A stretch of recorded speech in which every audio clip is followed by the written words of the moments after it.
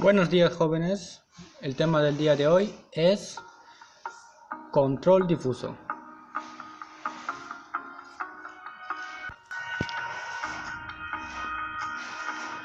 Generalidades. El control constitucional es un mecanismo que consiste en verificar si las leyes contradicen a la Constitución por el fondo o por la forma. Además, el control de la constitucionalidad y de la legalidad de las normas jurídicas comprende también la protección de los derechos fundamentales de la persona consagrados en la Constitución. En general, el control de constitucionalidad tiene el fin de proteger las normas constitucionales siempre y cuando el reglamento o las leyes inferiores, como son las normas, reglamentos, contravengan o contradigan la Constitución. Y es por eso que el tema del día de hoy va a ser el control difuso. Vamos a ver esa forma de protección. ¿Y qué es el control difuso? Es la incompatibilidad entre una norma constitucional y una norma de inferior jerarquía. El juez debe preferir a la primera resolver un caso en concreto.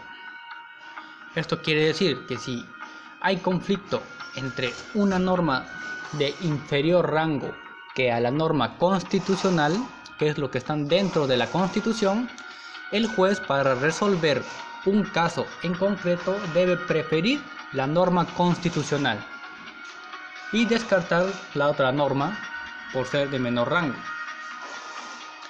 Y esto se basa en que las normas constitucionales, como son la estructura de todo Estado, se presuponen que son normas buenas, y es por eso que se descarta una norma de inferior rango. Antecedentes. El sistema difuso como sistema de revisión de la Constitución, conocido también como el Judicial Review, remonta sus inicios a lo resuelto por el juez Marshall en el caso Marbury vs. Madison en el año 1803 en los Estados Unidos de América, y en donde se resolvió que todos los jueces y todos los tribunales deben decidir en los casos concretos que son sometidos de conformidad a la Constitución, inaplicando la ley inconstitucional. Resaltando lo resuelto de dicha labor corresponde a todos los tribunales y jueces, no limitándose a uno en especial. Les vengo a explicar. En este caso, Marbury vs. Madison, comenzó cuando un juez nombrado, como les decía,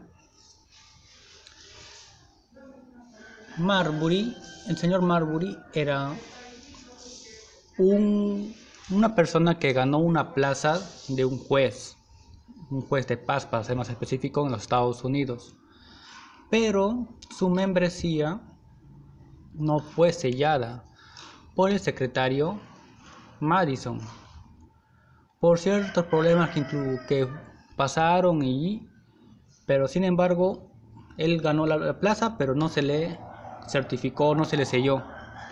Entonces este personaje Marbury demandó sobre el tema al secretario,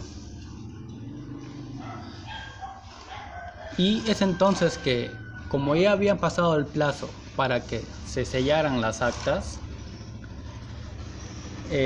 la ley no permitía que una vez cerrado el plazo ya no se puedan aceptar más jueces, y es más, que el puesto de ese juez se borró así porque la ley así lo decía.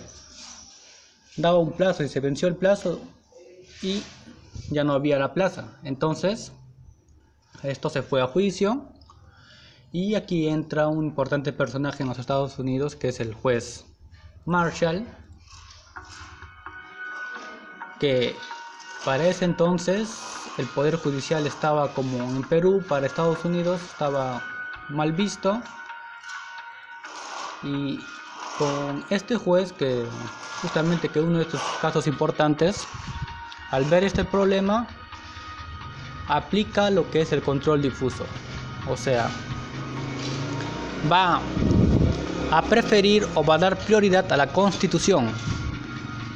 Que la Constitución decía que los jueces, una vez ganados la plaza, deberían estar en el cargo que les corresponde.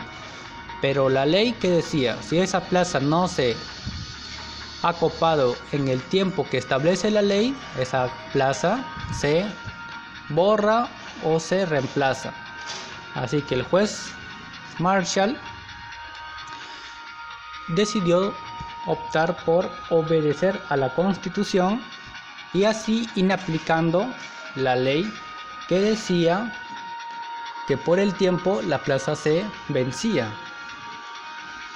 Y es por eso que desde ese antecedente el control difuso toma vigor.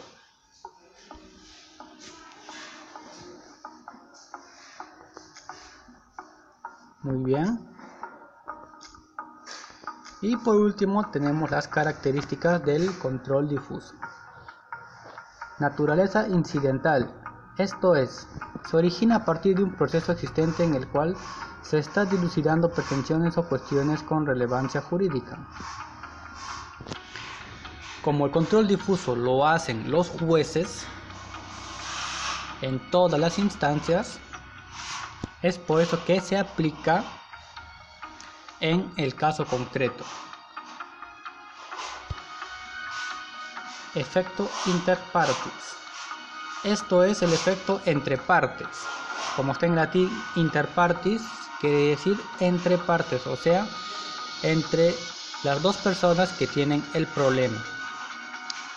Significando ello que los efectos de la aplicación del control difuso solo afectará a las partes vinculadas en el proceso. No erga omnes, como la abreviatura latina erga omnes quiere decir para, o va a ser vigor para todos, o va a ser obligatorio para todos. No es así. Va a ser solamente para las personas que tengan el problema en cuestión. Declaración de inaplicabilidad de la norma cuestionada. Esto es en el caso concreto, más no su declaración de inconstitucionalidad o ilegalidad. Consecuentemente, la misma norma puede volver a ser invocada en otros procesos en tanto no se derogue a través de los procesos legislativos correspondientes o la declaración de inconstitucionalidad. A ver, este tema parece un poquito complicado, pero la inaplicabilidad de una norma quiere decir que esa norma, para dejarse de aplicar en forma general, ha pasado por un proceso de inconstitucionalidad, pero eso lo veremos más adelante. Así que